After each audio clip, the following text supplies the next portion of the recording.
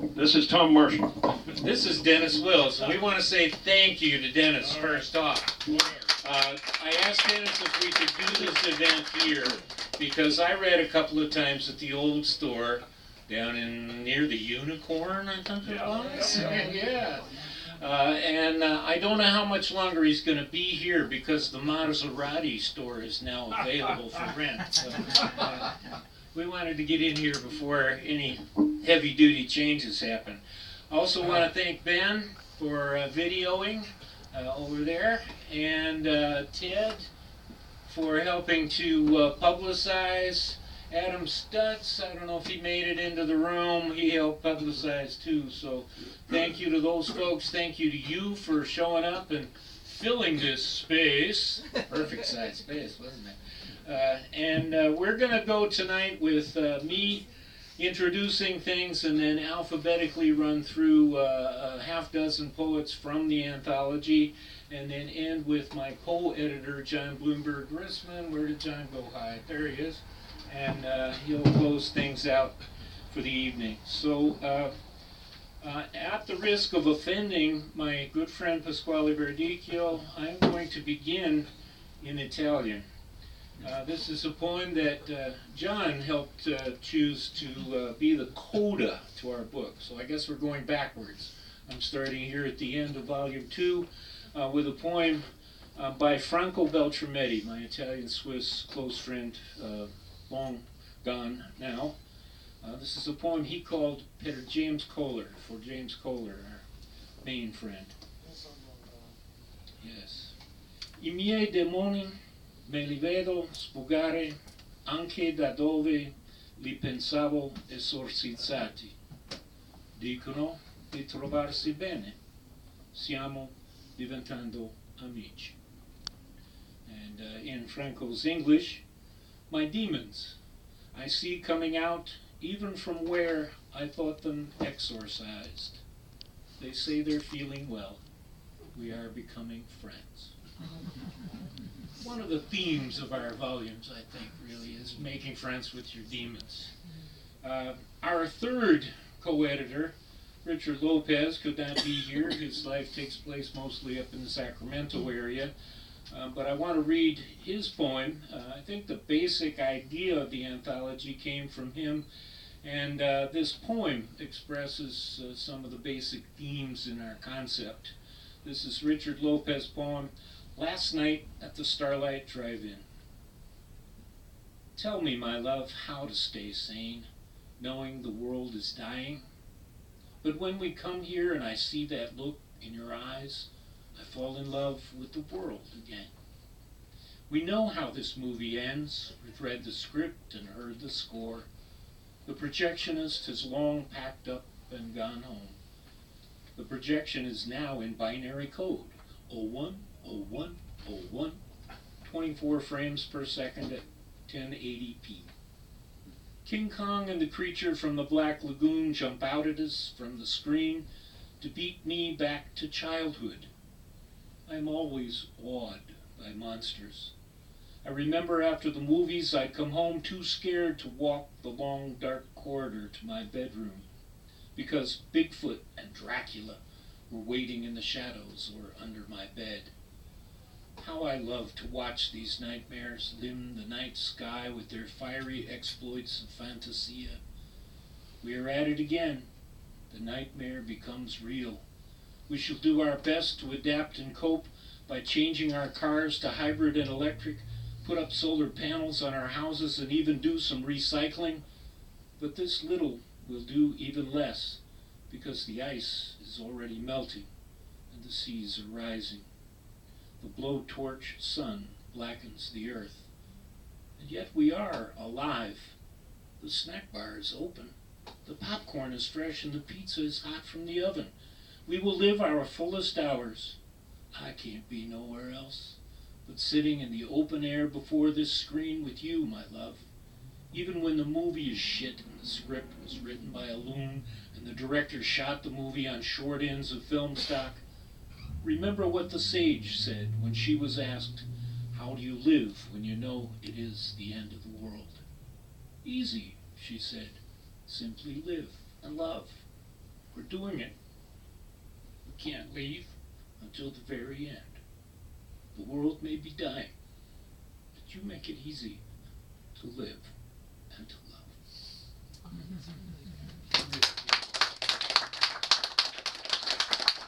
Got a couple more poems here before we move on.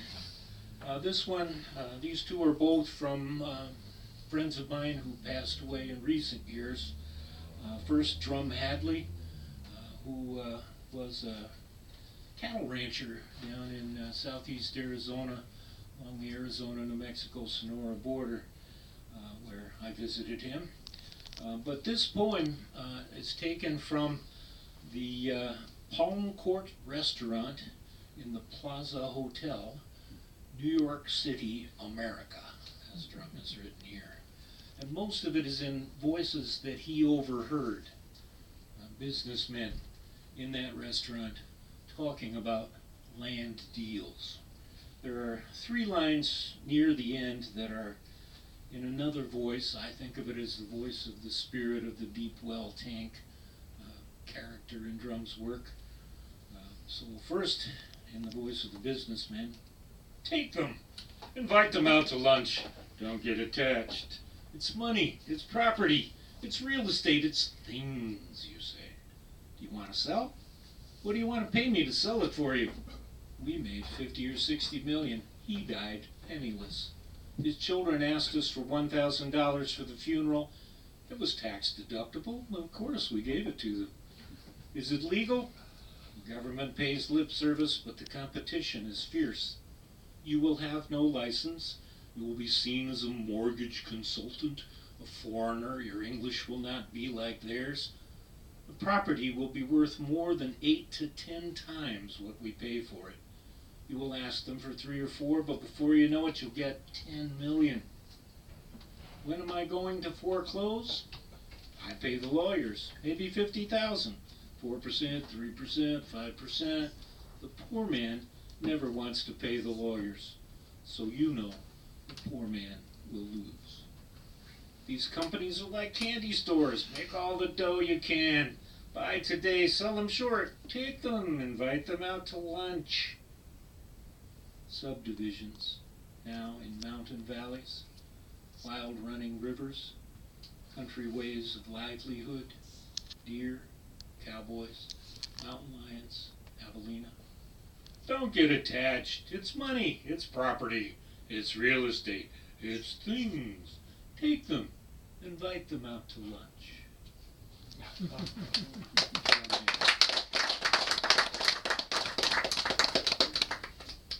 I've already gotten halfway choked up a couple of times. See if I can get through this one. This is from my dear friend, Dale Pendo.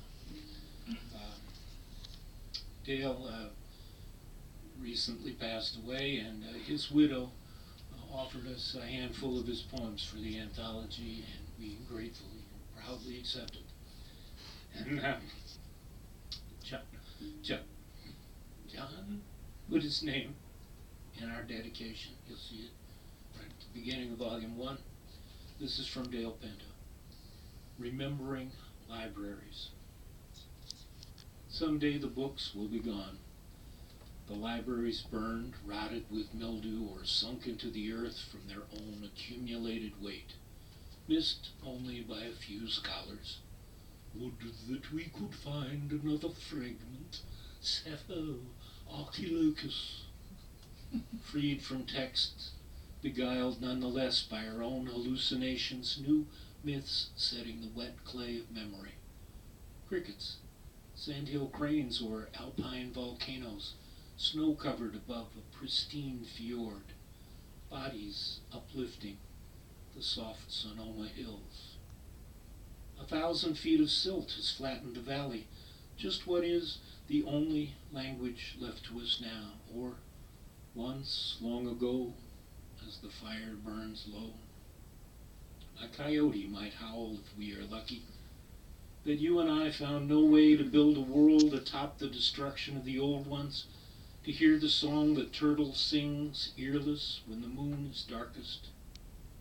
Thus the hills return to valleys, sandpipers, vast tidelands, awaiting the new mountains of an icy, distant eon. Cranes or geese a glyph, crickets a cool summer, the elk returned, grizzlies, wolves, whatever is left when we are finally done.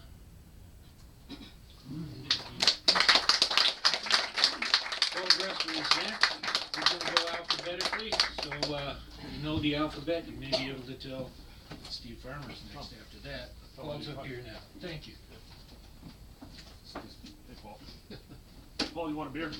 No, I'm fine. What's that? Hey, I'm fine, Dennis, I'm no good. drinks. What is right there?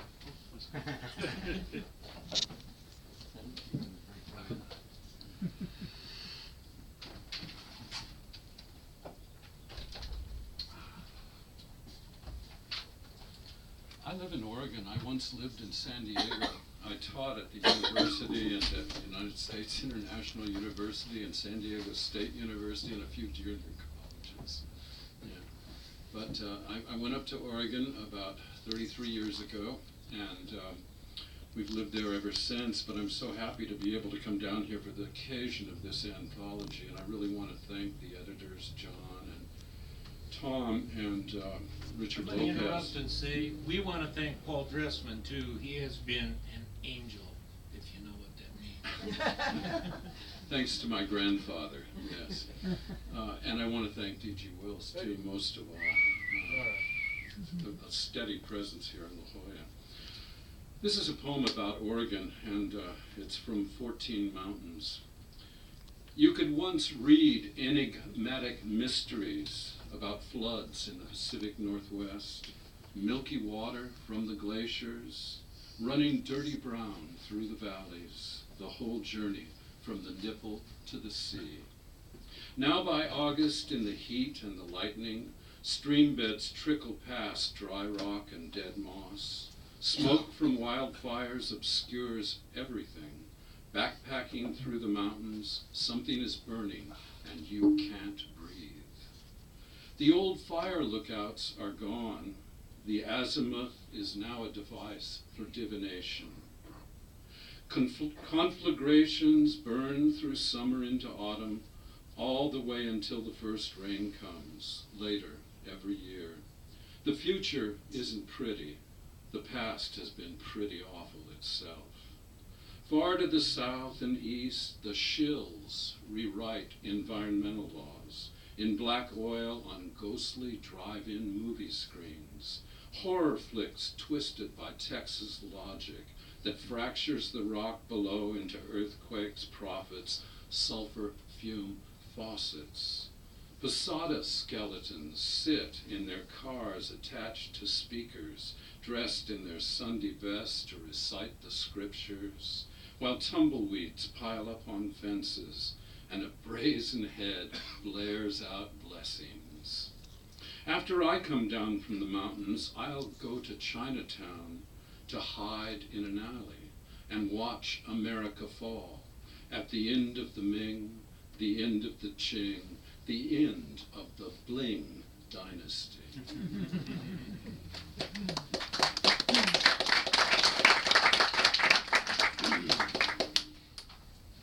This poem is called Hegelian Cartography. It would be dialectical map making. The repeated history of the eaves explains the presence of the rains and their relation to the leaves in familial dining tables. Strolling leisurely through the accounts explorers create in these domains, you can clearly see through the walls how the vaults are full of holes. The magazines surfeit with yearning. In the distance, a necessary recess glows dimmer and dimmer as you tramp through the acceleration, accoutrements deemed necessary for ordinary behavior. Amid the usual binge of subterfuge, your tongue in the foreground talks in a flood, while the other within you trusts in luck. A map can only be accurate with a bluebird on your shoulder. It sings the truth is gestural and all directions are dialectical. And then I'd like to end with this poem. It's called Extinctions. 1. In my other life, I am a resourceful piano tuner who can adjust the chromatics of rainbows to tiers of sound and suture holes in the ozone. In my other life, I am a young girl in a big city who likes to bike through traffic and run red lights. In my other life, I am a contortionist who is able to escape from a vision of the future without grasping the meaning. In my other life, I am a platonic radio station that only plays perfect compositions. Don't listen, you'll affect it. In my only life, I am an iceberg drifting further and further alone, but I am hopeful. 2. Carry me home, says the empty boat. Take me out of the waves. 3. Thirsty for ancient verities, the fall was cool but dry, after the mountains burned and the seas vaporized. Thank you.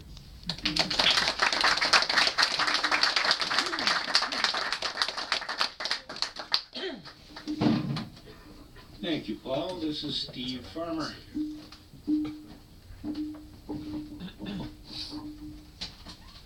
Hi, I'm from here, moved up to the Bay Area for 30 years, came back a year ago. Maybe we're here for a while.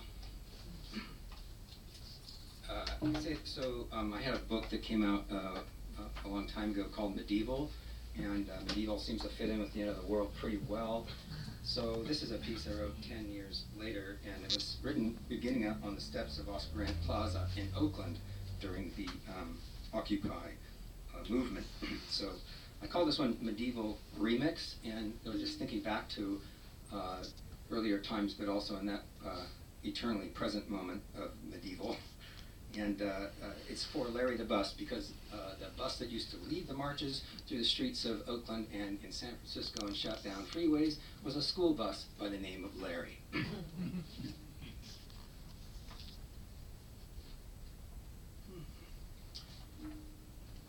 So this is from parts of that piece. Medieval Remix for Larry the Bus. This emoticon out to centurions in the Economica Gulag. Clickbait titles scanning a load's ascension up the ravine. Agitprop at the Ascension Ravine. Hotel Circle of Freeway Brain Cave Kara and Region Divot. There is a dream there, is the suds that go there. There is an I dream of genie hair with manzanita fries. There is its scan load tearing a tar hole out. And when it is aubergine. When it's normalizing its deviance in princess culture and warrior care to our mingling dots, citied over particular hells to bask in. 2, inexorably, tickets. To something tickets available. We're in stone, brah, we're in hella. Or in steam waiting to coil out of stone, the forever showcased Georgie's Steakhouse, Sir George's Smorgasbord, donned in the singled vats. Till the forever buffeted sandlot completed gashes in each of its slots. The report itself, data's disgrace. Even Insurgents, a fleshy mess of a sequel. Even if something Columboed. Even if only the lines, having been sectioned off in the convoy, something. A something gentrified, spanning diaspora, going inward in circles, coming out tart. That kind of conciliation. Inviting we partake of the nose. Not much to be backed up into its broad drown at each frozen laugh or fiscal lipstick on a pig. They no longer aim at appendages. I dream of genie hair and mysterioso compote. I was a chef for a little while, so for a long while. Frost heart spitting at party like no. Hallucination on manzanita fries barking into the rot. When money shits out of their earlobes, what to do about special brain? Froyo stopping at each third bot, blinging and swinging that smiley face, universed in a swill. Next lost integer, modeled in scope, shining a crack for the moon break of capital. You guys have been so good. Ride El Capitan, ride on your mysterioso flageolet.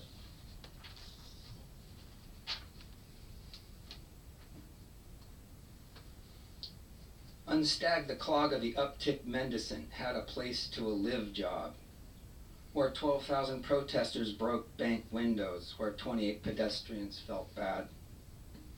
Assumes work as disappearance, when bra froze into an app. At first gaze up from shoegaze, stress marks of you thumbed into the mask to do endlessly. I can't, sleeping. Sublingual talk to the groutfit. Uber options at Taco Snark. Wake up. Live Mas. Taco Bell ad.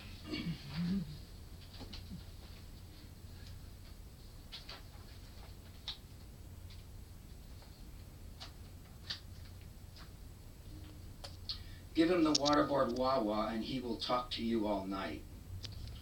Asuro tormentoso oscuro clogged to light up the skybot.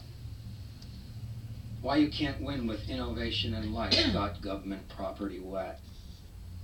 Part of the research body and data are closed, colonizing the stare to whiteness, a reader's companion, your enemy. Lago de Mierda dropped into the mouthed Pacific maw. Lago Mierda, lake of shit. Thank you very much. Ormond sparkles as Guinevere. Our joke about our. Jazz hands needing to be stopped. Floral and batard. Of our. Years of austerity unconquered. Its legacy of the odors. We're Arizona'd from abandon. The Rue de Sandwich from abandon. Hey Gaucho, why don't you acquire the scoff or death of a nationalist? Then if high soils, areas of spray or Sybil's Indian Brosiac, if the cause of the failure, its first page, if the failure is all failures, if successive threat of failure, or if membership in the Sorrow Guard, the leak or rupture of the failure, thank you, D'Angelo, Doom, Carly Rae Jepsen, Deva Pramal, the coup. When you perceive through the screen of mind, everything becomes dead. In sage August, the Senate reclines.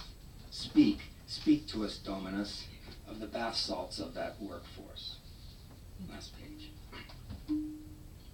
And turn their saddened gaze inward upon their own privileged networks. Mark your Duran in the duty Duran as a classical stint and diagnostic. Just as facets at a ripping trot can galvanize the redo, think in Gaucho, whinch you in the dystopian opulence. Think of Gambino, Sayu, Ibai, Doom, Kung Fu Kenny, Joe South. Jim Rockford's retyping Bolaño's novels, driving a road shrimp, trying to stop the drums of the 11th hour and vessel of the state. Thanks.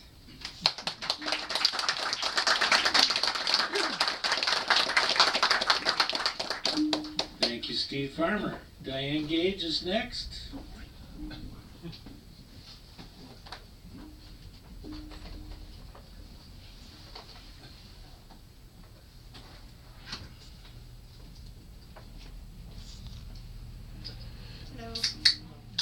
Unlike the previous readers, I moved here in '72 and stayed.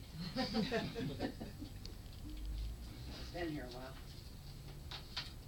And one of the things I do, and I've been doing for about 30 years, is walking around my neighborhood writing haiku every day.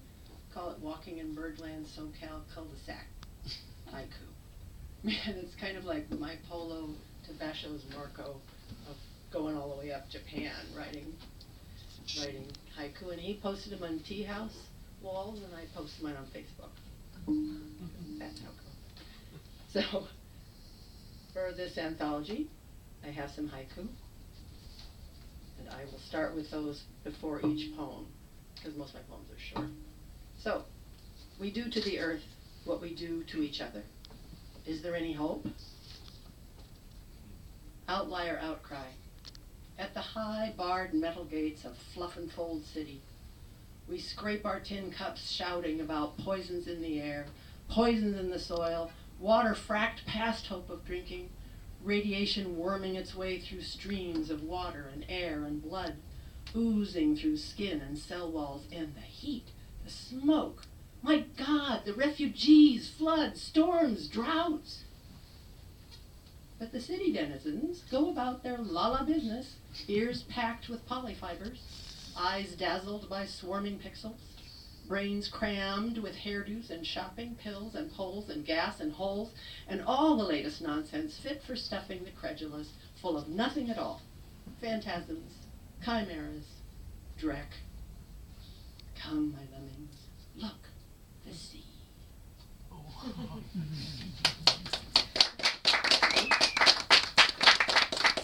With these glasses, I can see the words and not you, so I should get the nose kind. The sun, glaring heat. This thin air, lacking moisture. This winter, stillborn. Hyper.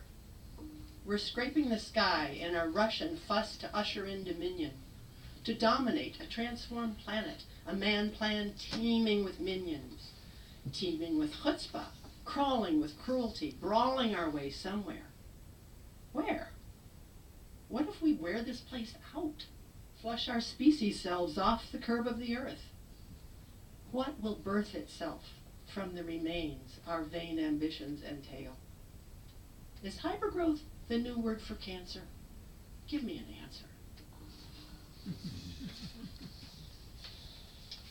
And guns plus racism, this country's sad equation and relentless curse.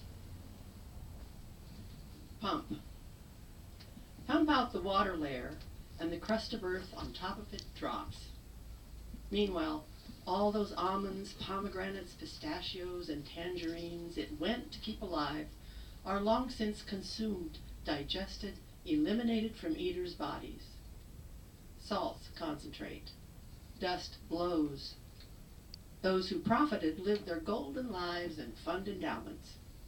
Those who labored continue laboring until they drop, too. Is there a scale where comfort dwells? A single pomegranate blossom, one sunny, mild hour. A millennium behind, or ahead, where it's all something else entirely here?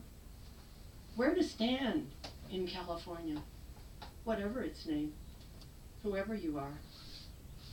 I crack open another pistachio, complicit, as my heart burns and burns and burns.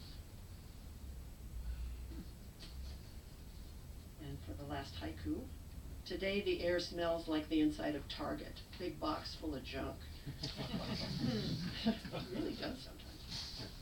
So, since I had kind of several short poems in 7 whole minutes, I thought I'd read a couple by Janine Hall Gailey. I invited her to be in this anthology too, and she is. And she used to live here and now lives up in the Pacific Northwest and has published several poems.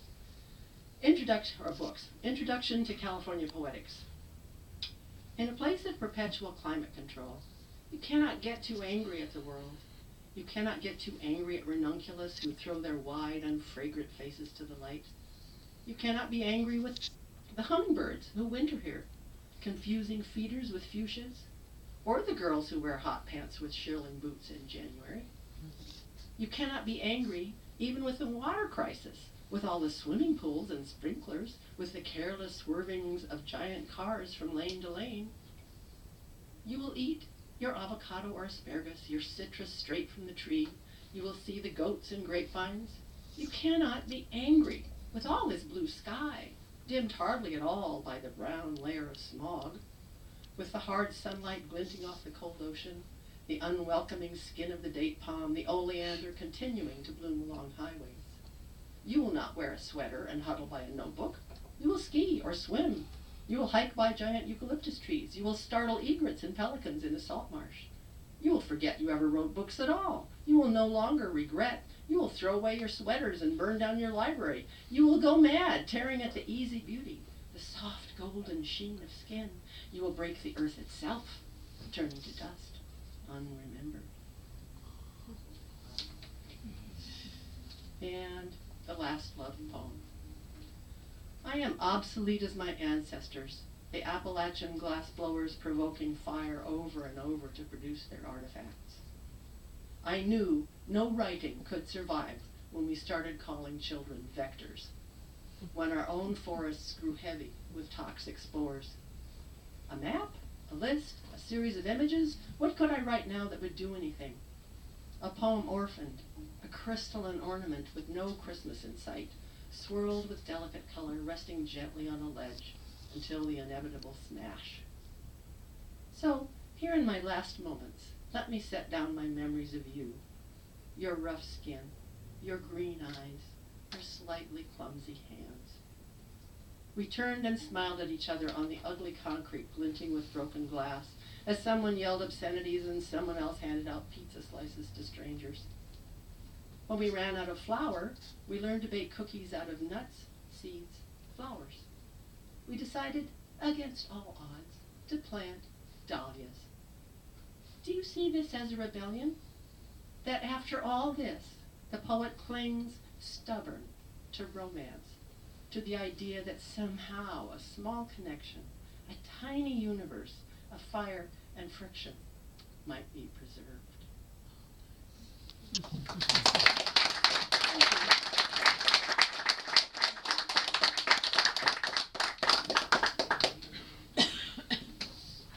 Thank you, Diane Gage. And now we make a big leap in the alphabet. Jerome Rothenberg, the grammar man of our community. Welcome, Jerome.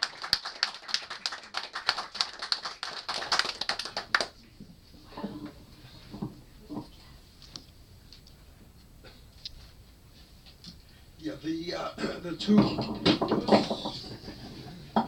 Always something. Always something.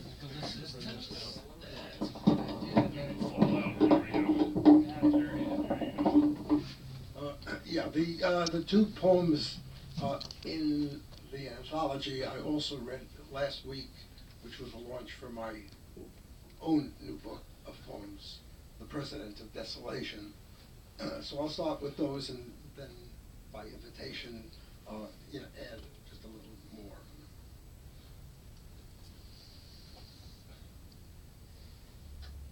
As the 20th century fades out, the 19th begins again.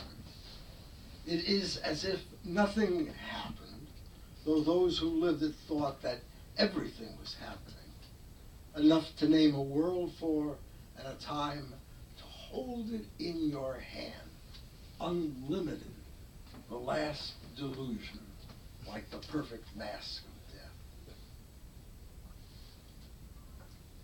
Reminders of a vanished earth. The poem as landscape.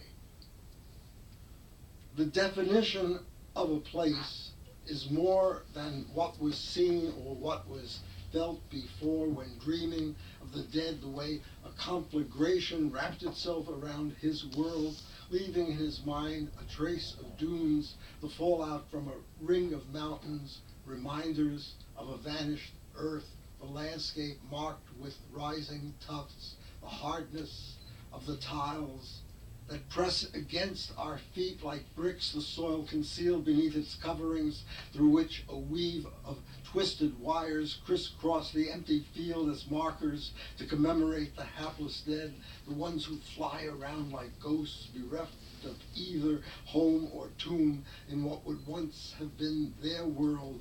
The count fades out beyond 10,000, leaves them to be swept down endless ages, fused together or else set apart, lost nomads on the road to desolation, a field on Mars they wait to share with others dead at last.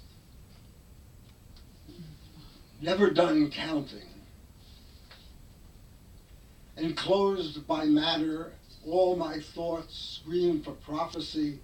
When I wake up on Mondays, the night sky is hanging above me, galaxies shedding their images, fading unknown in the half-light, a light that confounds me.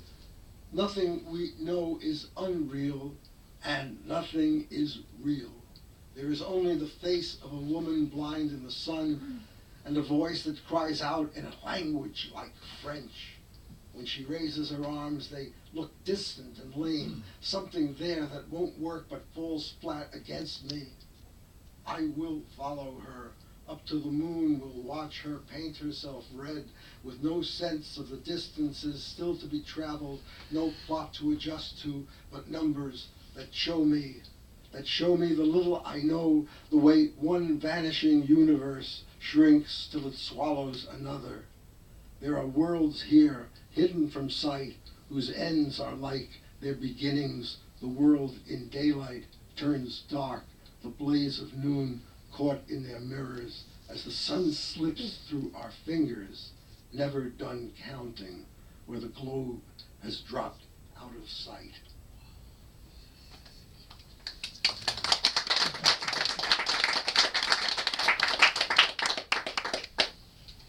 And there's another series of poems in here called A Round of Solipsisms. And solipsisms, of course, is when reality is reduced to what's in the mind here, and then what?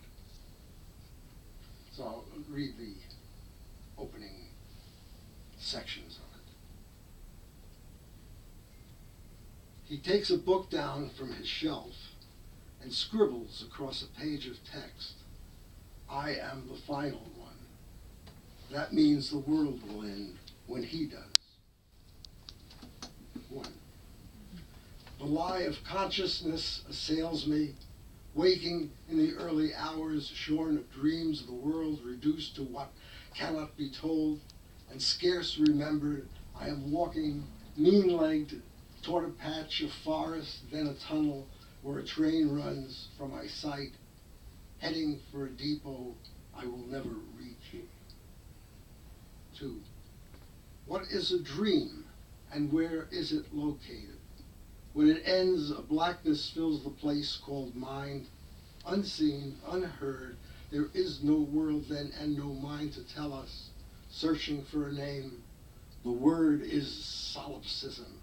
What the man, almost a corpse, knows dying, that the world will end when he does. 3. The real a lie as well, the man thinks, struggling to hold on and falling back, he grabs for it, fearing as he does its vanishing. The world without him is no world. The stars, no stars. The plot of land under his foot has no solidity.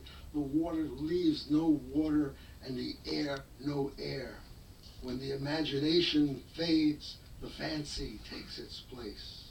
When all are gone, the mind shuts down without a trace.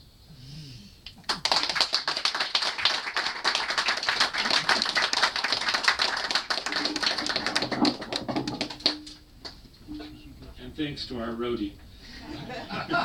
Thank you, Jerry, very much. We go next to Pasquale Verdicchio, visiting here from Bologna, Italy. Thank you very much. It's a pleasure to be here. I just happened to be passing through and got an email. You happen to be in town? Yes. The first piece I'm going to read is from the anthology, and it's Diane's first haiku about the way we treat the earth is the way we treat ourselves. It's sort of based on that idea, Murray Bookchin's social ecology, that in fact the social structures that are in place and how they're oppressive of each other are also what we tend to superimpose on our relationship to nature. And so it's less of an environmental poem in that sense, but it has the idea of that within the social. In Italy, Italy is having, we'll call it problems with immigrants. They're seen as a problem, let me put it that way. And so, and in the last few years, there have been a number of assassinations. And one was a few years ago in Florence. A young man was killed by a neo-fascist. Others were wounded. His widow married another person, another immigrant, who was then shot last year by another neo-fascist. And so this is about that trend. And the poem is entitled Warming Trend. In memory of Idi-Diene, cousin of Sam Modubu, and to his wife, Rakaya Mbengwe, widow of both men killed by racism. News this morning to feed my addiction of current events have falsely befallen everything finally balanced to tip beyond repair. A warming trend causes us to consider whether or not in a climate such as this, an end of sorts might mark a beginning. Not the end of the world, sinister fails, the end of who we were and right-wing parties. Not the end of the world, although Idi-Diene would think otherwise, his patience brought to an end at hands of fascist guns. Who is Idi-Diene? Proves the point that we have been left out in the cold and nothing counts for nothing. We cannot pronounce, will not pronounce victims' names until the names become familiar as our own, loved as we love. This morning, the city weeps for trees felled by heavy snow.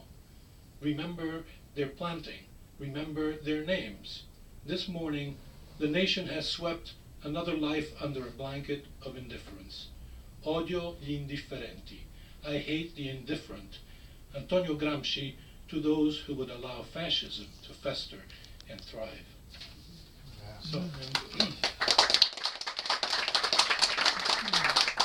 it's becoming a real problem. I've been there for 2 years now.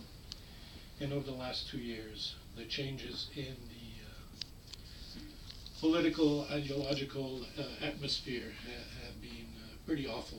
Definitely a shift to the extreme right, not just right, but extreme right. Next couple of pieces are not in the anthology. They're from a series of poems that I am writing. I've written for the work of Ernie Silva, who was an artist who also taught at UCSD. And so this is based on a series of his paintings. Any way you look at it, it is a rising tide. Higher than before, just keeps on moving. Seems as if it may stall, only an optical illusion. It takes time to come to terms with the shifts, takes care to remember what it was meant to do. Eventually it all vanishes into memory. Anything fades, everything almost dark, with the wind breathless watch. Sometime during the night it begins to rise, without a sound, without warning, rising to our expectations. And this is another on his pieces. At home, nevertheless. Mother, could we not stay, make refuge here? It is so warm and cozy, this landscape of furniture and trees, fire blazing across class consciousness and status. We alternate between belonging and survival. We sense day's end, move into retreats of animal shelter, away from trappings of domesticity, into colors and brightness, where we will be what we will be, without shadows, just simply together among the furniture against the wall. And I'd like to close with, since I also do translations, I'd like to translate as a parenthesis to the first poem that is somewhat about fascism, by a short piece from a long poem by Pierpaolo Pasolini, who was also assassinated at the hands of right-wing assassins in 1975. This is from a long poem entitled A Desperate Vitality. Draft in cursus, through the use of current jargon, on a previous occurrence, Fiumicino, the old castle, and a first insight into the reality of death. As in a film by Godard, alone in a car moving along the highways of Latin neo-capitalism, returning from the airport. That's where Moravia remained pure among his luggage.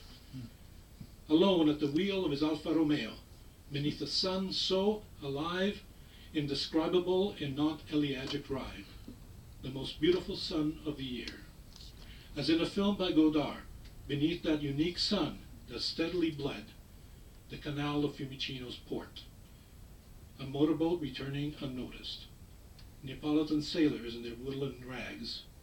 A highway accident with only a small crowd. As in a film by Godard, rediscovered romanticism contained in cynical neo-capitalism and cruelty at the wheel on the road to Fiumicino. And there is the castle, sweet mystery for the French screenwriter, in the troubled, infinite secular sun, this papal beast with its battlements on the hedges and vine rows of the ugly countryside of peasant serfs. I am like a cat burned alive, run over by the wheels of a truck, hung to a fig tree by boys, but at least 8 of its 9 lives intact, like a snake reduced to bloody pulp, a half-eaten eel, sunken cheeks, defining tired eyes, hair horribly thinned out against the skull, skinny arms like those of a child. Belmondo, a cat that never dies, at the wheel of his Alfa Romeo, in the logic of narcissistic montage, detaches himself from time and inserts himself into images that have nothing to do with the boredom of progressive hours, the slow-dying glitter of evening.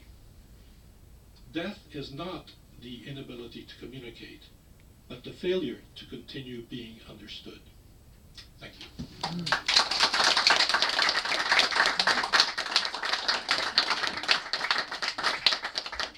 Thank you, Pasquale Verdicchio, and we have next Donald Wesling.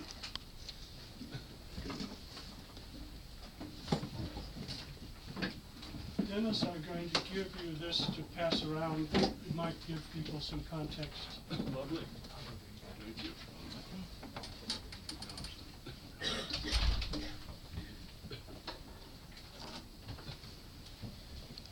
The anthology that Thomas and John edited has a passage from Kim Stanley Robinson, his long and quite complex novel, New York 2140. The passage in the anthology is about climate and geology in the 22nd century. The anthology also has a letter from me to my friend, the author, to say what I liked about his book. And what I'm going to say today is not in the anthology. The novel's about the Venice-like drowning of New York City 120 years in the future. It has many storytelling techniques and many character-centered voices through which the story's line of events is told.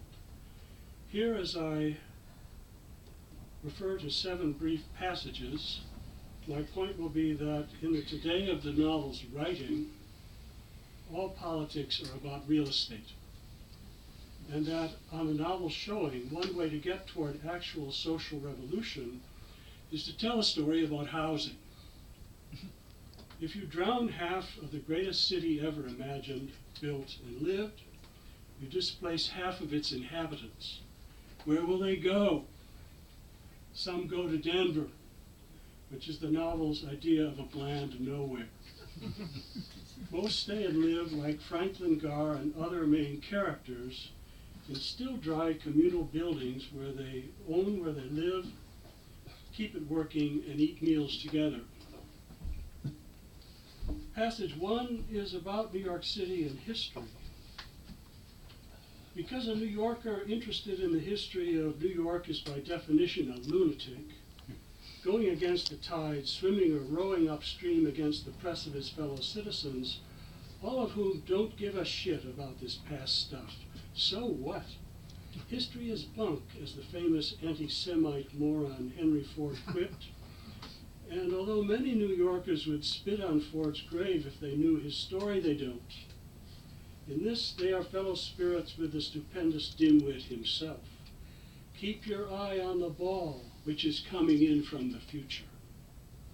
Stay focused on either the scam that is or the scam to come, or you are toast, my friend, and the city will eat your lunch.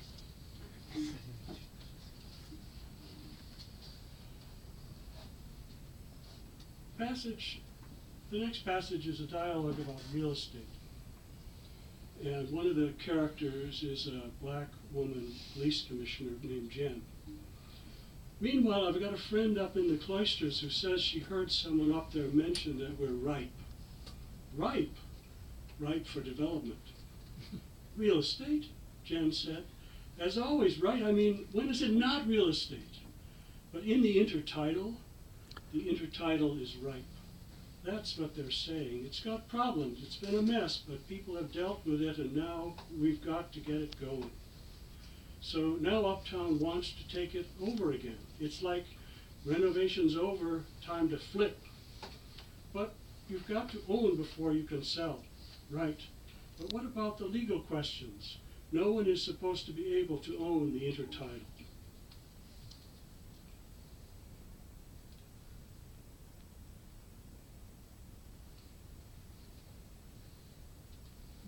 In that case, the storytelling method is dialogue, but I should maybe double back to say something about that first passage, which is in a voice that I admire in the novel by a character named the Citizen, who is a kind of guise of the author, and it's essayistic. It's kind of like an info dump, which you're never supposed to put into a science fiction novel.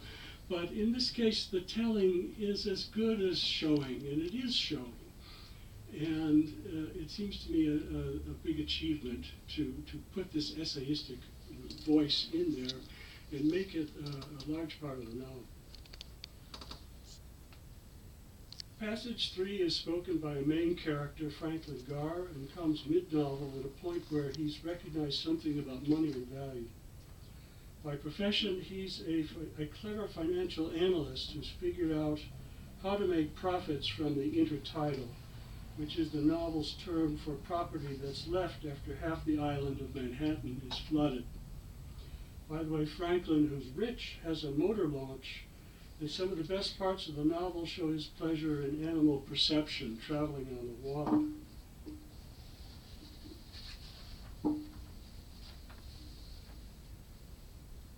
Instead of financializing value, says Franklin, I need to add value to finance. That was at first beyond me to conceptualize. How could you add more value to finance when finance existed to financialize value? In other words, how could it be about more than money when money was the ultimate source of value itself? So Franklin has learned something by his interaction with other characters, and I think he has a change of attitude, and he's very unlike other characters in Kim Stanley Robinson's novels, if you know them. He tends to write novels about scientists. In this case, it's a financial guy who's in the heart of the capitalist system who learns something about it and is going to fight his way out of it. One of the things he does, and I'm not going to read the next passage, but I'll mention it.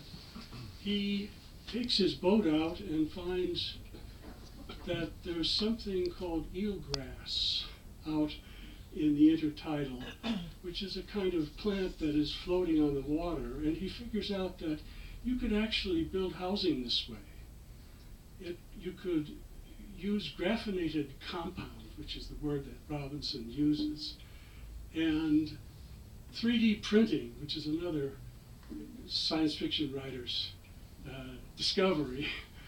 And you could kind of drive drive into the substratum of the water and have these floating, it's basically Manhattan City blocks that are floating, and you could build on it. And I've learned a lot about the term graphene, but I'm not going to bore you with that now. It's a substance that apparently costs $100 a gram now, and it's the strongest substance ever measured. It's only an atom thick, but this foil stops bullets. In any event, in 120 years, maybe graphene will be much less expensive, and you can use it to build with.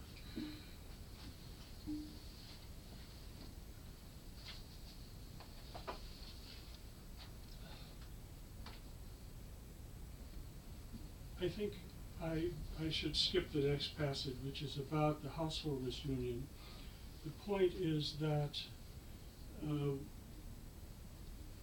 one thing you can do is react to the hurricane that has also come upon the city. The climate change has certainly wrecked a lot, but the hurricane has driven people out of what there is existing. And a lot of people are in Central Park making a lot of trouble. They're homeless in Central Park. So this has precipitated the crisis of 2/3 of the way through the novel. And people have figured out that they can club together as householders and put pressure on the government. This becomes a kind of pre-revolutionary situation.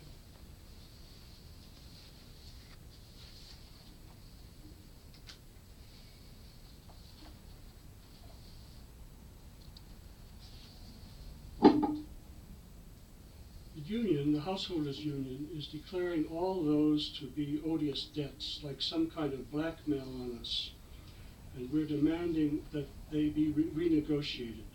So we stop paying and call that the Jubilee? That's an old name for this kind of thing. After we start the Jubilee, until there's a restructuring that forgives a lot of our debt, we aren't paying anything. You might think that not paying your mortgage would get you in trouble.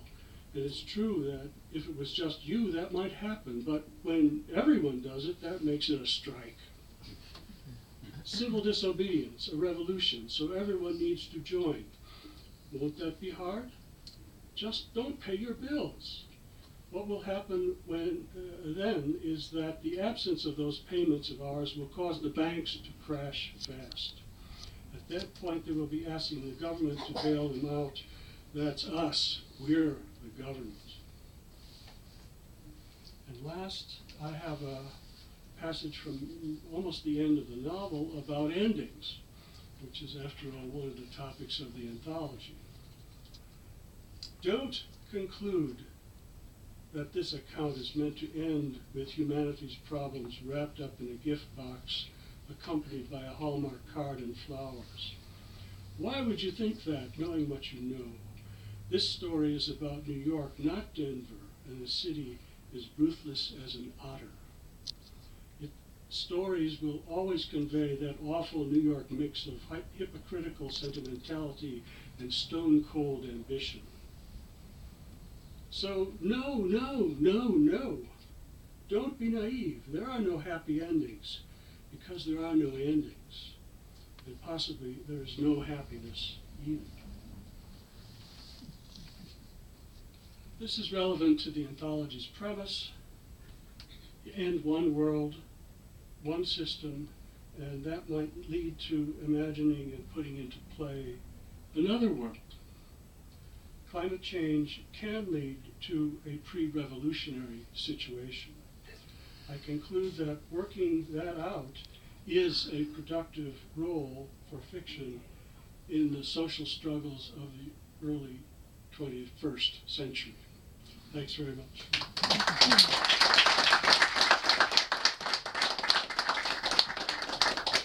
Can you tell he's a professor? Donald was my professor, my undergraduate advisor, back when I was in a poetry workshop with him, and my chum in class was Kim Stan. So thanks for bringing him into our evening. Thank you for your thoughts with his work. There's another anecdote that belongs to that course, which maybe we can retell here again. One of you two, maybe it was you, didn't like someone else's poem. And was it you? Yes. And threw it at the victim, which was a problem for the instructor, because you have to understand the whole dynamic of that situation of possible insult and the legal possibilities that might come upon us. But everybody was mature, and everybody had a twinkle in their eye, and it passed, and it was totally unforgettable. And I survived. Thank you. So, we come to our final reader, our presenter, my co-editor. I'll get choked up again. Without this guy, my dear friend, I wouldn't have been part of this project. I wouldn't have had the chance to be with you this evening. I want to thank, from the bottom of my heart, John Bloomberg-Rissman, and invite him to the microphone.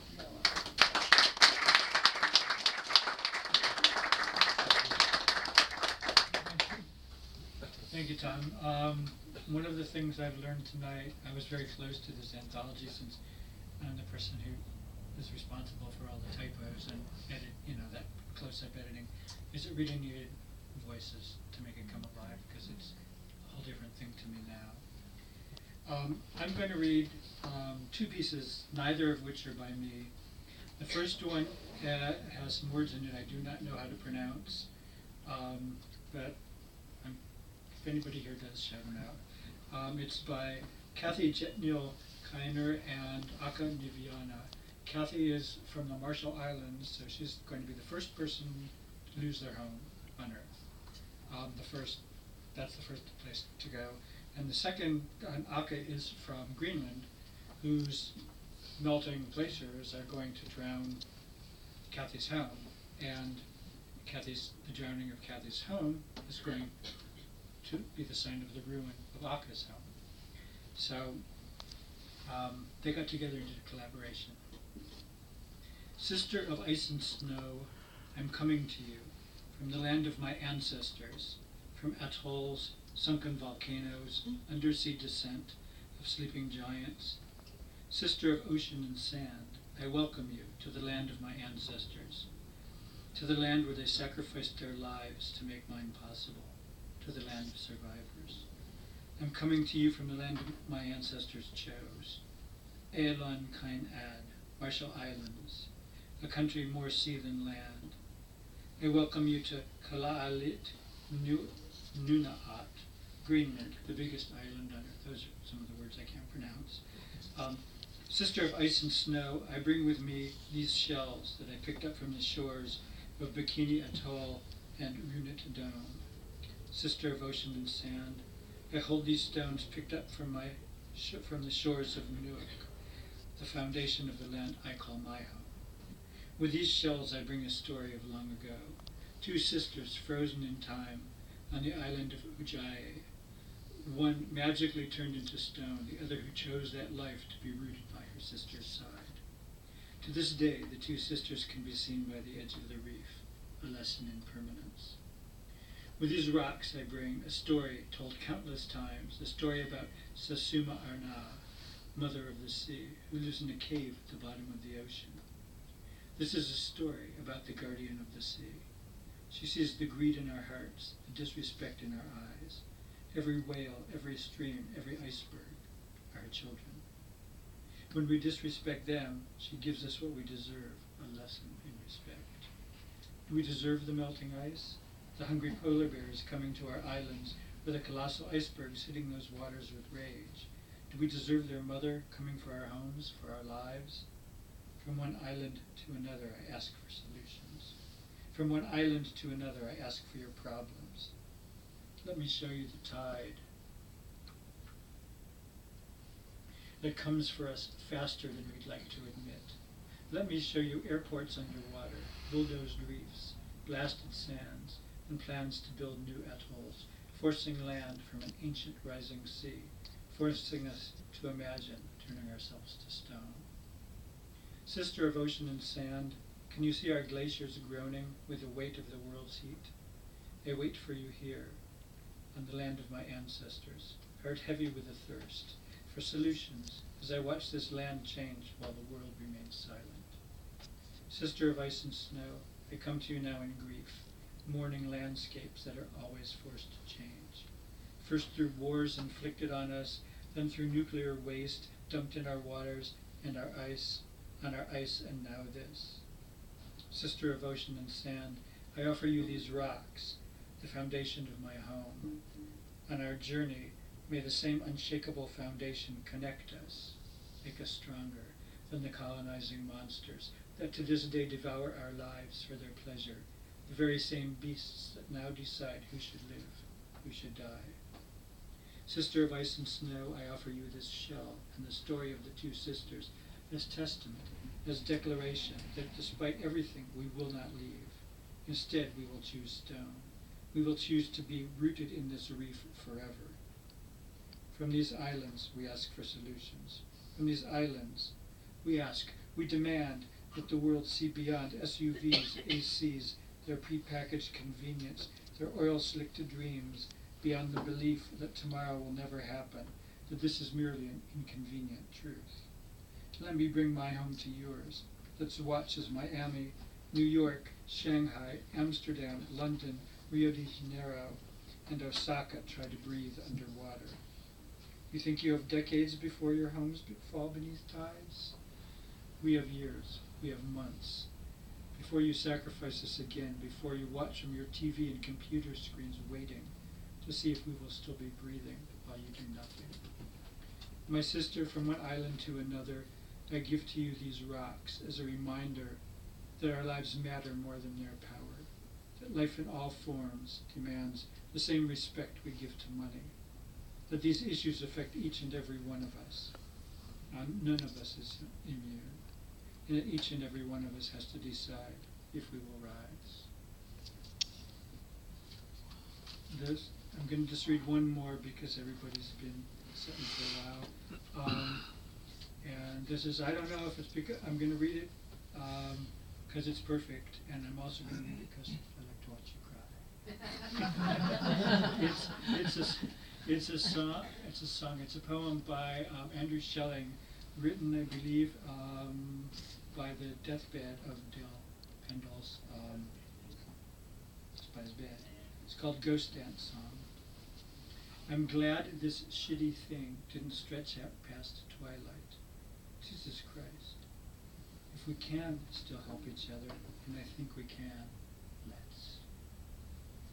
Thank you very much, and thank you all for considering.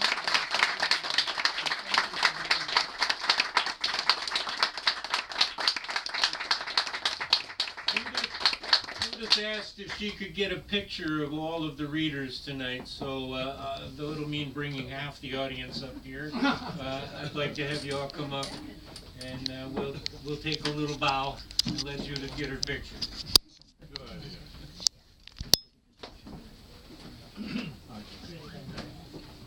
Nice to meet you. Thank you for making it. Oh, you're gonna have to Squeeze it in, or squeeze in. Oh, you'll should have we to. do 2 rows with Paul in the back? Also, we'll take turns, because I know I'm in your way. No,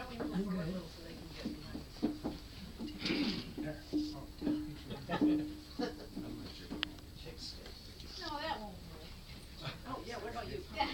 Just taller people in the back, it'll be good. Oh, that's, okay, we got them all in now.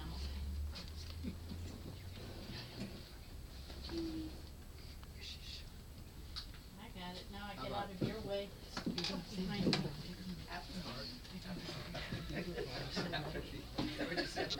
No, after C. You're going to love that bottle? I think you're going to like this one. Thank you all for being here. If you feel like getting a copy of the books, I apologize for the expense, but they are $30 per volume or $55 for the set of the two. But the good news is there's a free PDF online at Moria Books. If you go to Moria Books online, they show covers of all their publications. Right now we're down toward the bottom of their page because we're the newest. And you can click on the cover there and it leads to a PDF. Moria is M-O-I-R-I-A. Moria Books, out of northern Indiana, close to Chicago. Both of those volumes published at the same time, or is They it a were sequel? both just published. Do you remember when? A month ago or So they 2 months come ago? as a diet. Pardon? They come together as a diet.